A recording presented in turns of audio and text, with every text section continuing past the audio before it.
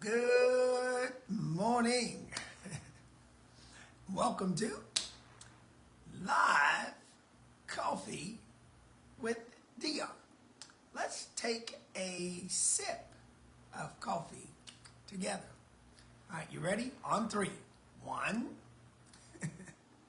2, 3.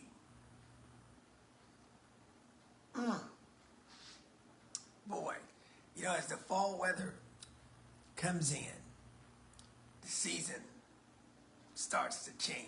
And you know what? We like that. And we thank God for that. We also thank God for waking us up this morning. Today is a good day because my organization, Building Believers, our community outreach, not-for-profit organization, we get to go into the community and teach basketball to fourth graders. And this morning we'll be going to Jack Binion Elementary School and working with fourth graders, and we're excited.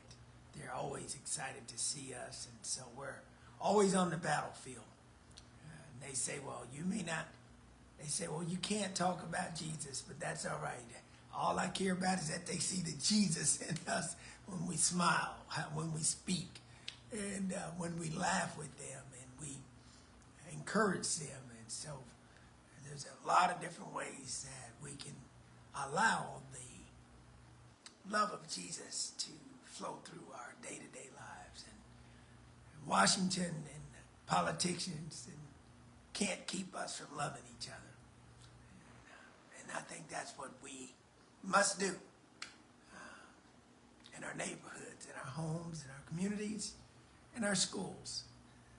Let's continue to keep our eyes on the Word of God and allow His Word to flow through us and be an expression of His life through us.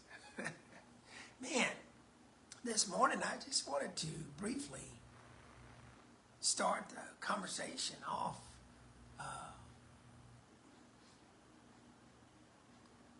relative to playing sports and talk to you about, the importance of having confidence and playing with aggressiveness. I mean, anyone that plays, girl or boy, you hear how I said that, girl or boy, all right, that participates in competitive sports must, this is a prerequisite, must have confidence, and they must individually and collectively as a team, they must play with aggressiveness. I remember running several camps years ago, and when we got to scrimmaging and I talked to the guys and all girls, there was always a mother or father that came in who had a non-aggressive child who wanted to pull me to the side and say, Coach, rather than use the word aggressiveness, because I think that's relatively harsh, why don't you use the word assertiveness? And all I could do is look at them like, whatever floats your boat. They're both the same to me. But all I can say is this. If you have a child, if you have a team, if you have a small youth basketball team, and they are playing competitive sports, they must play. How about this? They must learn to play with confidence and aggressiveness. Now, let me appease some of these featherweights out there. They must learn to compete with confidence and assertiveness. The same thing in my world. Same thing in my world. How do you do that? How do you do that? I mean, that's the million-dollar question. I get that over and over and over about parents. We got the skills, Coach. We got the skills. And we've been on several teams. But my son or my daughter or my team does not play with confidence. And I'm going to give you the million-dollar answer to a question I get after training players up and being in the game for over 45 years competitively. Deon, what do I need to do to get my kids to be aggressive, to play with confidence? I said, well, here we go. Everybody ready? Where's the drum roll?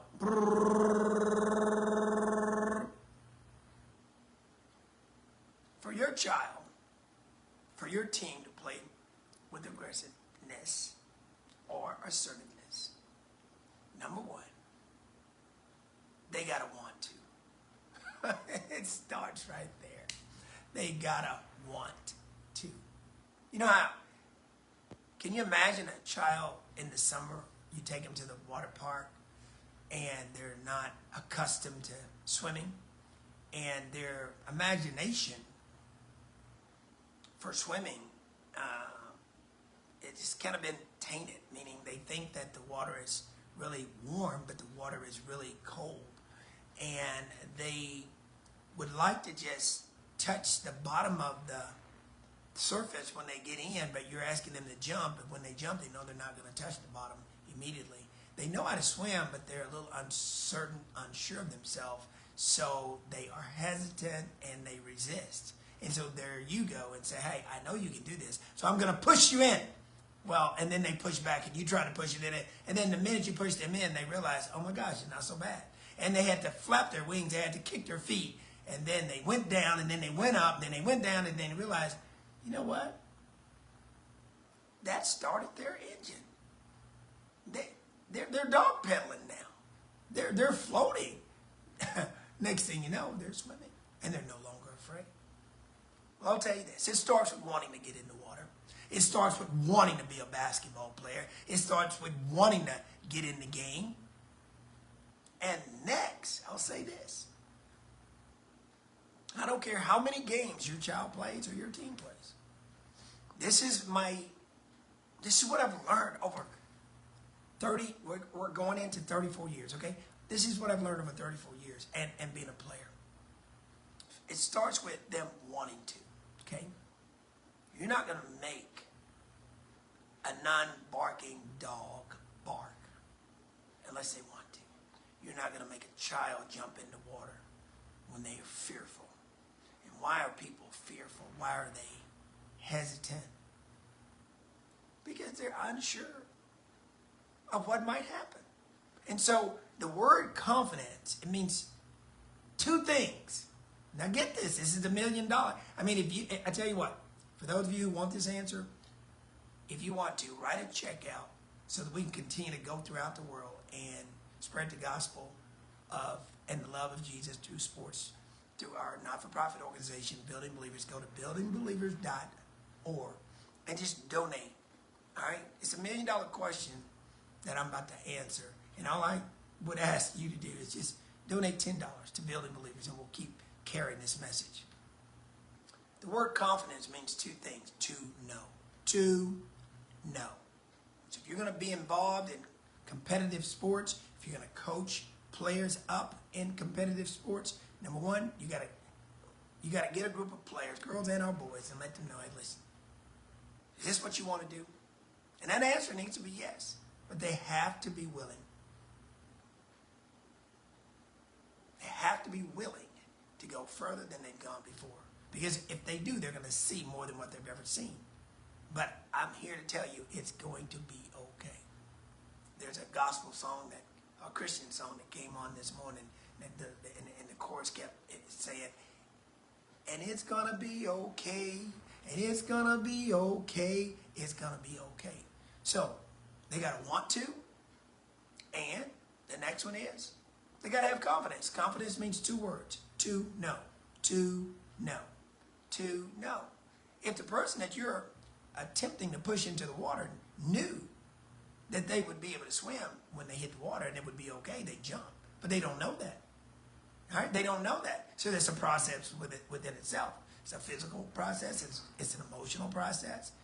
And it's a self-confidence process.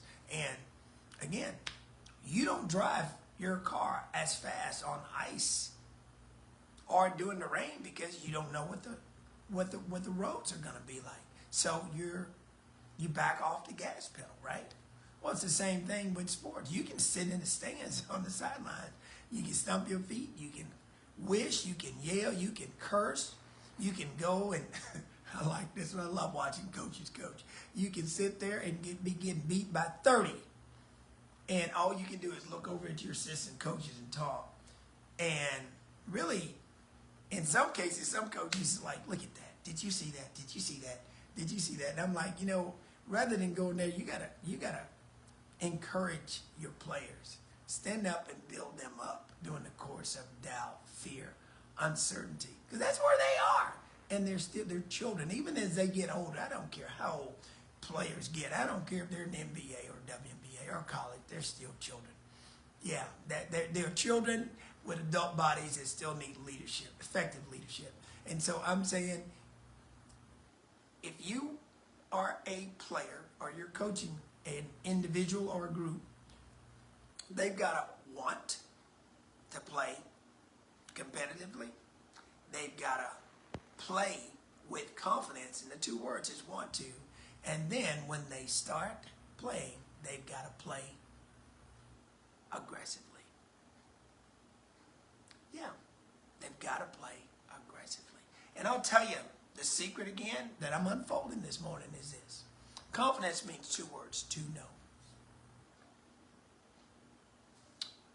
This is one hand. Take this analogy I'm about to, and y'all feel free to use this.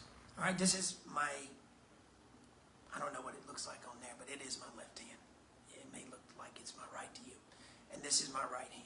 Okay, can you imagine us doing this? Okay, see that? Now, they came together, right? This is dwelling together, right? All right, so this is the way it works. All right, over here it's confidence. All right, and over here is aggressiveness. Okay, everybody got it? Are you with me? All right, so aggressiveness works well and dwells with a player and or individual and our coach that has confidence. It dwells, it works well. It's like super glue, okay? But when you don't have confidence, aggressiveness says, I can't do anything for you. I can't do anything for you. And so when a parent tells me after going to watch their kid play, my son or my daughter doesn't play, they're not aggressive. They're just not aggressive. You know what I said? You know what I say? They don't have confidence. Confidence is over here, all right? But confidence means to know. So what I'm saying, mom, dad, coach, friend, neighbor, ex-coach, select coach, AAU coach, there's something that they're being asked to do within sports that they're unsure of. And when kids get to a certain age, they don't want you to know that. They're pleasers. And that's what a father told me the other day in the gym. He said, Coach, my daughter's a pleaser. Well, you can be a pleaser all you want, but if you're uncertain and I see you and you're missing layups and you're old enough to know layups, or you make them in practice but you missed them in games, maybe you should practice making layups going full speed every time you practice now that you know it. Because you're never going to be able to show it unless you get exceptionally good at it. All right, so if you play sports and you have confidence, you know what aggressiveness says? Why can't we be friends? Why can't we be friends? Why can't we be friends? Why can't we be friends? Yes, aggressiveness dwells together with confidence. And, I mean, they like boys, and they like boys. They like girls. They dwell together. They dwell together. Without confidence, you don't have it. You know what aggressiveness says? I don't want nothing to do with you. I don't want anything to do with you. I don't want anything to do with you. So when you're a parent, youth coach, middle school coach, high school coach, you have to be careful. That's a sticky, tricky situation that you can be put into. Because if a kid doesn't want it, all right, that means, like, that's why I always say, let them fall. Let them go through some things. Let them make a mistake. Let them mess up. Let them get up. I make my 3-year-old, when he falls, I just let him go ahead. Listen, I'm happy to know that you can cry. Now, I try to make sure he didn't just fall off the top of a trampoline on the concrete. But other than that, I'm like, dude, bro, you got to get up, man. I can't always pick you up. I'm not going to always be around you when you fall. But you got to build that up. And in many cases, this personality that we need them to have to participate well in sports and any other area of their lives, it needs to start when they're young. That's why I love the Bible verse, Proverbs 22:6 says, train up a child in the way he should go, and when he gets old, he won't depart from it. And I think that that verse can carry over into youth sports. And I still think today that when a child is young, I keep saying, one of my themes as a trainer is build them up, build them up, build them up, build them up, coach. Build them up, build them up, build them up, build them up. When they come to the bench, build them up. When they fall on the floor, build them up. When they make a mistake, coach, build them up. Parent, build them up, build them up, build them up. Build them up, coach, build them up. Build them up, build them up, build them up. When they get 3 fouls in the first half, coach, build them up, build them up, build them up. When they make a mistake, build them up, build them up, build them up, build them up. When they miss a big shot or an assignment, build them up, build them up, build them up. Build them up so that they can withstand the winds of a hurricane. And if you don't build them up, you are tearing them down. Whatever you sow into the lives and hearts of children is what you're going to reap. And sometimes we all are guilty of it. We sow things that the next person that comes in contact with that child, that small group, or that team, when they get them, they're not ready. They're not ready. Maybe they were playing non-competitive sports. But even in non-competitive sports, you got to let them fall. You got to let them get up. You got to tell them the truth. Because sports teaches life. And life lessons through sports, if you learn it, will help you overcome a heart attack. It will help you overcome being told you've got leukemia, cancer, lupus, anemia, sickle cell, diabetes. You never know what's going to come your way later on in life. But I'll tell you this, I'm standing today because you know what? I got toughened up. I mean, I tell people all the time, you know, I want players on my team that can bark. I want to know that you can bark. Arf, arf. You know, and then people laugh at that, but you got that bark, and then you got the you can beat, man. They're going to eat you up. The bear going to eat you up, man. You better stay on that porch, because if you get off that porch, you're going to enter a world of you're going to enter a world of competitiveness that requires you to bark like a dog, D-A-W-G or D-O. I don't care, but I tell you, you better practice it. Arf, arf. Coach, why would you do that on a video? Man, I don't care what people think. My job in life is to get people ready to go to heaven.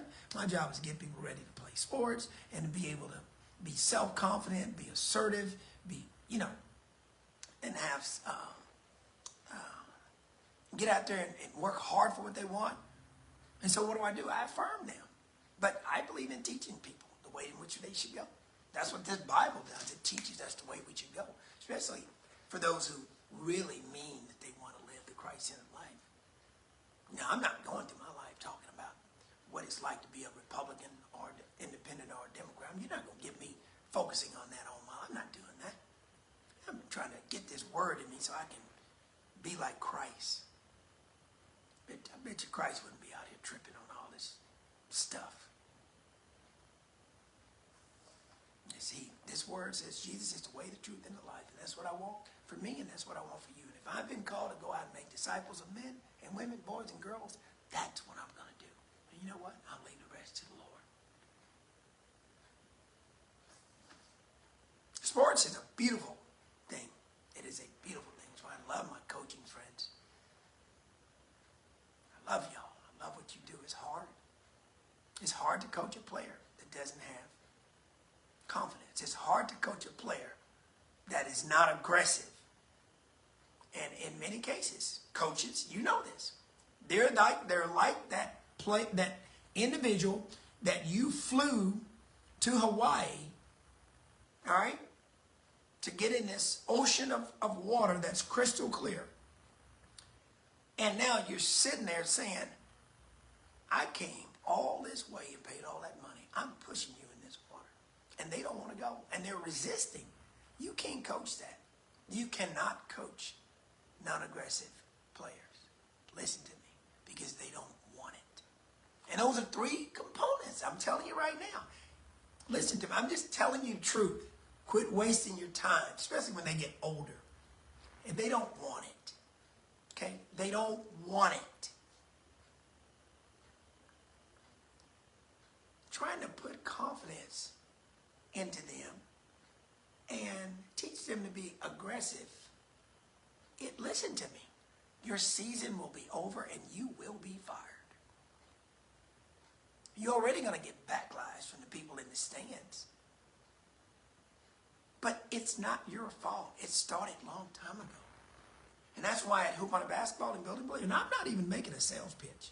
I'm just telling you, I decided that the most important aspect of youth sports is teaching people, kiddos, to develop, helping them develop a foundation.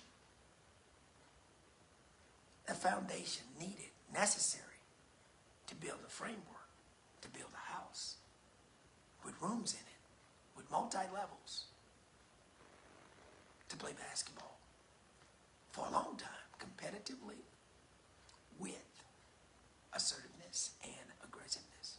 And so, I say all the time, you can't fire us because you can have all the money in the world and you can be as smart as a genius. If you come over to this sports side and you don't have a good basic fundamental skills foundation already built up with depth, it's going to be a long road to your destination. So I always say, get it early. I don't want to do that. I got to pay for it. You pay for gas. You pay to go to restaurants. You're going to pay for things for your child when Christmas comes around. You're going to pay for gadgets. Invest in your child.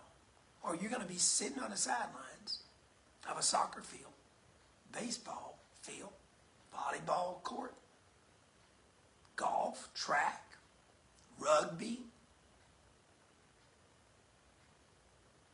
You're going to be sitting there saying, be aggressive. Be aggressive. I mean, they've made a song out of it now. Be aggressive.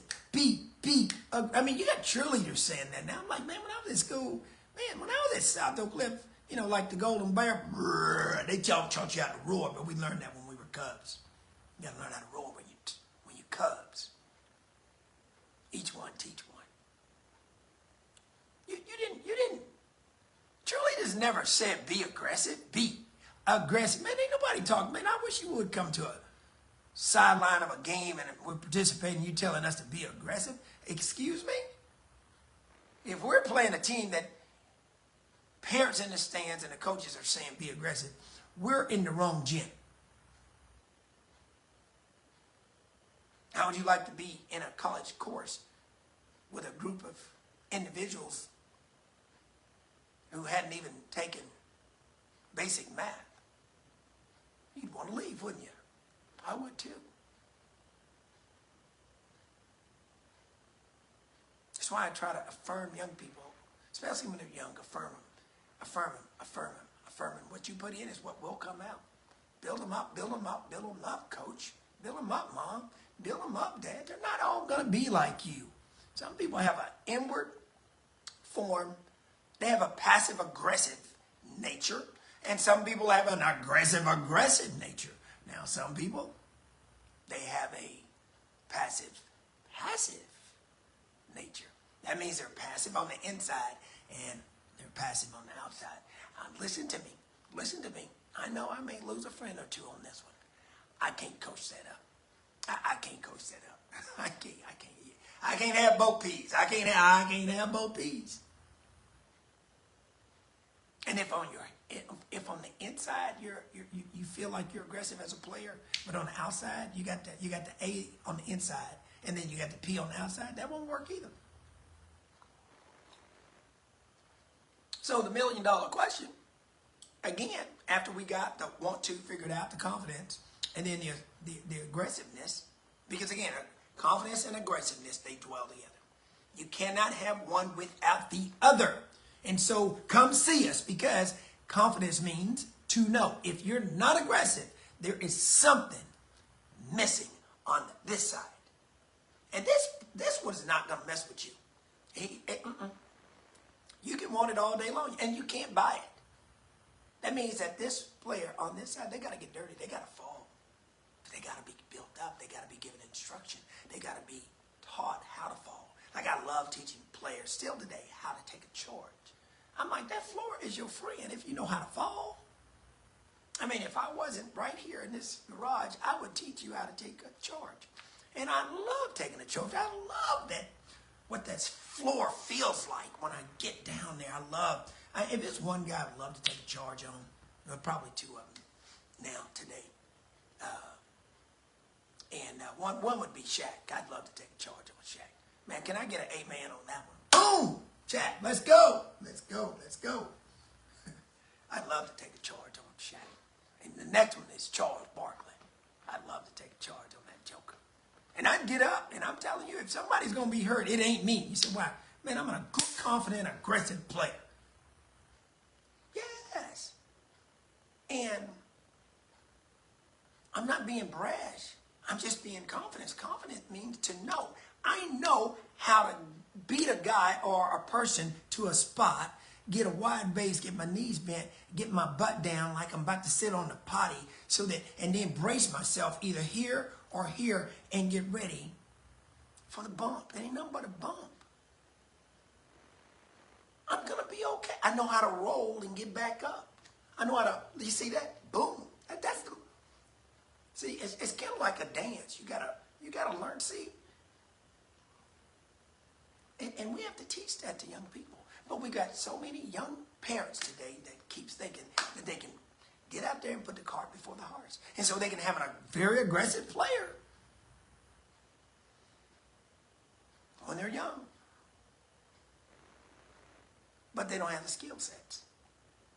And so they're doing things recklessly, but they call that aggressiveness. It's a form of aggressiveness, but listen to me. It's not going to take them far. Giving your son or daughter the ball and letting them be the only one that takes the ball or takes any sport and just go be a superhero is not working either. You might as well be patient. Let coaches build up your children the right way. But they need the basic fundamental skills and the disciplines to go along with it. They need those things established and built up before aggressiveness will come out of nowhere and say, hey, let's get it on. You've been doing work. And all of a sudden, a player, a team, a coach, an organization you hadn't seen in 2 years, you go to play them, you hadn't played them, and you realize, oh my gosh, while scouting them, they are very, very competitive. They play with confidence, and they are aggressive. I mean, they're out there barking like DAWGs. They've been through some things. And again, players got to be able to go through things in practice. And coaches, I'll say this, when and if, while you're teaching and molding and shaping and building them up, works. There are going to be moments when you got to get that metal, those players, that team, you got to get that metal hot in order to bend it and to shape it. I'm going to just say this, words of wisdom. Do that on the front end of practice. Do it on the front end. Because on the back end, you should be building it back up. You should be polishing it and motivating players and encouraging them and telling each one of them what they did good for the day. Because when they leave, that's what they're going to remember. If you do that on the back end and they get in the car, the minute mom and dad don't do this, but we're guilty of it. This is what they're going to say. How did you like practice? And you know what they're going to say? I hated it. Well, let that happen on the front end. Because on the back end, they're going to leave saying, I hated it, when they really didn't hate it. All right? And I know coaches go through a lot, man. I'm always trying to teach parents to hang in there with you. I'm like, coaches are part of my family. I love y'all. Now, we still got some bad apples. And whenever y'all hear me talk about coaches, listen to me. I talked about my teammates that wasn't hustling. I mean, my goal was to win a championship. And I'm not going to win it with a dud. And if you're on this team and you just got a jersey, you don't want it. You got the skill set. You got the talent. You got the skill sets. But you don't want it. Get away from us or change right now. That was part of my leadership. I didn't wait on the coaches to get people ready and right. I'm like, hey, man, you with the wrong pack of wolves. You got to bounce. Because in this group, in this pack, we're relentless. We're tough. We're tough. Chevy tough. Ford tough. South Oak Cliff Golden Bear tough. We've been tested. We've been challenged. We shake it off now. And you say, well, I don't know. My kids are not aggressive. I need to take them to South Dallas. I need to take them to the Fifth Ward. No, you don't. Well, how do I get them to be confident and aggressive? Well, first of all, come on and see us or see someone else or see you. A lot of kids that are talented, they have the right genes, they got the genes. They don't want to listen to you because of your delivery. They don't want to hear about how you did it. They want the focus to be on them. Be quiet sometimes. Don't beat them down the minute they get out of a game. Every time they're gonna run. I'm telling you, they're gonna turn away from you. When you're driving them home, especially on the front end of the season, when the buses are not always putting them on the bus, but when you get to take them home, well, they're probably riding on buses now. But the minute if they're in the car with you and you go home, this is what's gonna happen. You're gonna be at a stoplight. They're going to be in the front seat. Well, if they're mad at you and don't like you, mom or dad, they're going to sit in the back. And then they're just going to be in the phone. You're going to be talking. They're just going to be tuning you out. You're like, man, I don't want to hear all this garbage you're saying right now. You're not saying anything favorable to me. Now, all I can say is your mom, your dad, your coach, there's a time and a place to do it. Just not right now. Not right now. I think there needs to be some peace and some quiet and some distance between that game and going home and that evening. Especially there in a tournament, listen, build them up. Build them up. But if they're riding and you say, get in the front seat and they get there, they're not going to want to be there. They want to be in the back. They want to be further away from you as they can because they need space. And they can't help but go over the things that they did and didn't do in their head. They already know that. And the coach, when they get done playing, he or she just explained and expressed that. So you add to it, and you're not the coach. You're the parent right now. You got to remember that. I'm the parent. The coach has just put in there what they need to be thinking about. And they're going to think about it. But if you're not careful, they're going to ride in the front seat if you make them. And they're going to be looking out the window. When Deon pulls up, yeah, baby, high-fiving the kids that just went out and played with confidence and aggressiveness. She's going to be looking at me, or he's going to be looking over at me, not wanting to look at you and saying, man, I want some of that. I'm like, I know you do. I know you do. You said, what do you teach? Well, all I do is teach people this, man. Obedience brings blessings, man. Just obey the Bible, man. If I teach it, you learn it, you practice it. We go through modules. You go through situations in our gym or any other, we put you in situations where you can test Test it out. See what it feels like. See what it's like to make the right plays at the right time, the right reads, how to react. Basketball's nothing but a game of reading and reacting. That's all it is. And then we build them up off of that. You know what I mean? I think you can go left. I think you can go right. Hey, that move would work. Try it. It's got to be a right and healthy situation. And you do that when you're young. They got to be able to make mistakes while they're young. Because as they get older, that's gonna, then it's gonna be you gotta use good judgment. And you gotta know your skill set. You gotta know what your capabilities are. I can't just let you in the 7th, 8th, 9th, 10th, 11th grade do anything you want. We play and we run a system. And what I can't do is coach you up while listening to your parents tell you to be confident, to be aggressive. Every time I hear that, I'm like, man, there's something that they don't know how to do, and they're 14, 15, and 16. And parents, listen, keep on wasting your time thinking that they have it. They're doubtful in some area or areas of the game, and I don't care how much they practice until they stop and take that car into the shop and get it looked at by the right mechanic. Until then, it's going to be your life story. And then there goes the blame game. It's not the coach's fault. It's called life.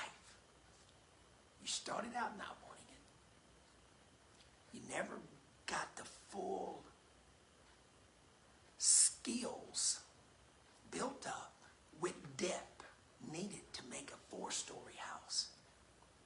Therefore, when the torrentious winds came through, the house, no matter how big it got built, because of its foundation, small, it blew it away. Yes, because you kept trying to keep up with the Joneses and just play games and games and games when you needed to be learning the fundamentals, watching lots of middle and high school games, and learning the concepts of the game.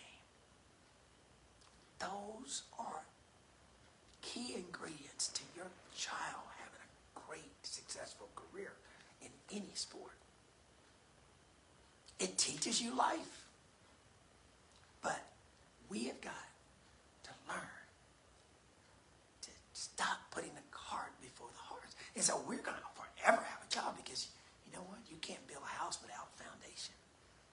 But I don't want the foundation that's going to crack when times and toughness, when tough times come your way. And they're coming.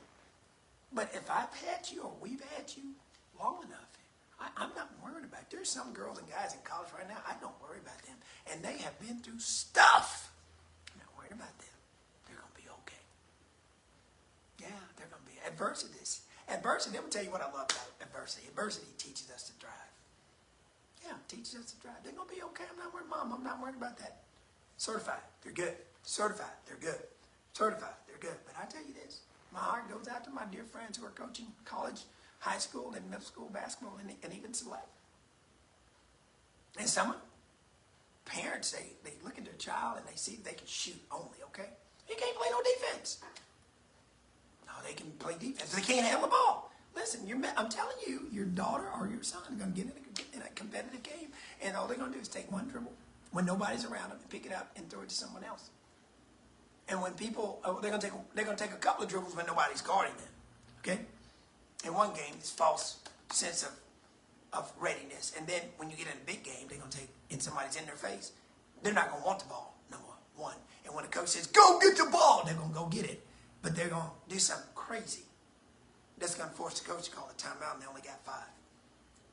And then, what do you say to that player? You say, where does it go back to? Well, it goes all the way back to the beginning. You didn't want to spend the time in the gym to get fully built up and ready for this NASCAR race.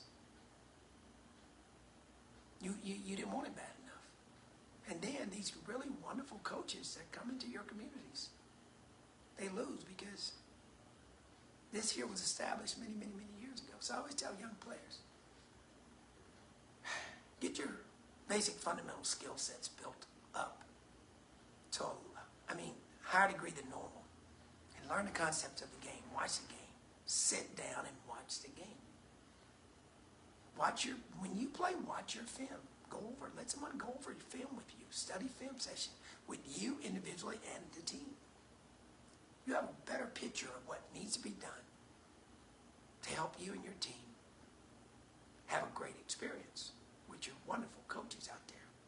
tell you this. Confidence means two words, to know.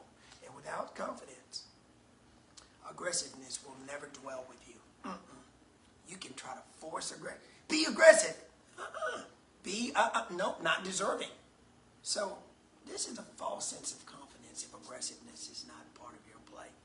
If coaches and parents got to make you shoot, make you drive, make you dribble, make you want to, you're not ready for play. You need a